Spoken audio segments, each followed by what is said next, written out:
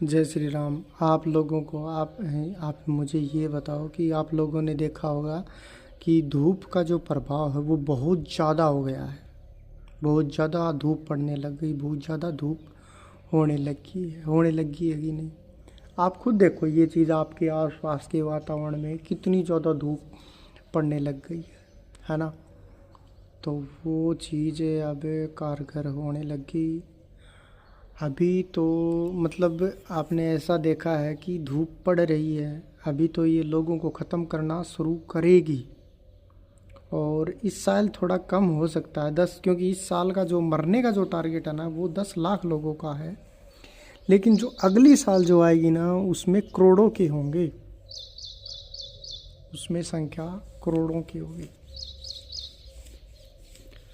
बल्कि कुछ चीज़ें हैं मैं खुद नहीं समझ पाता कैसे क्या हो रहा है।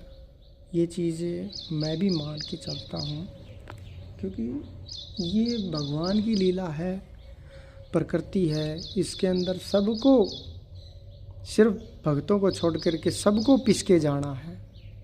वो मृत्यु को प्राप्त होंगे, मुक्ति नहीं होगी उनकी, उनको नरक में जाना पड़ेगा। क्यों? क्योंकि अब की बार जो ये सिस्टम तैयार किया है ना, ये भगवान ने नहीं तैयार किया, ये भगवान के भगत ने तैयार किया है। हालांकि कोई बताएगा नहीं ये बात, ना ही कहीं छपी पाएगी, ठीक है ना। तो ये चीज़ आपने ध्यान में रखनी होगी। अब की बार मुक्ति नहीं ना मोक्ष, सीधा कहाँ? जो नरक का कुंड खाली पड़ा है ना वहाँ। अब कलयुग है ना, जो कलयुग है दोबारा से जब आएगा, सतयुग लगने के बाद वो कई वर्षों तक नहीं आ पाएगा। पूछो क्यों? क्योंकि जितने लोगों ने ये पाप कर्म किए थे ना वो तब तक अपनी जोड़ी भुगत नहीं लेंगे ना, तब तक उनको मनुष्य रूप नहीं मिलने वाला।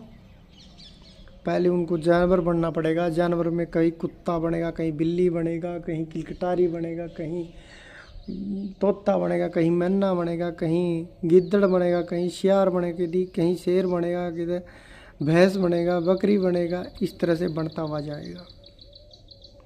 तो जब तक अपना जो पूरे कर्म है ना वो पूरे नहीं कर लेगा ना, तो उन्होंने सोच लो तब तक कलयुग आने वाला नहीं है। समझ गए ना मैं क्या कह रहा हूँ? तो इसीलिए भाई राम का नाम ले लो। अगर आने वाला जो समय है उसमें मनुष्य रूप में जन्म लेना है तो आप राम के नाम ले लो, ठीक है ना। बचन का थारा कोई स्थान नहीं है। तब तक जय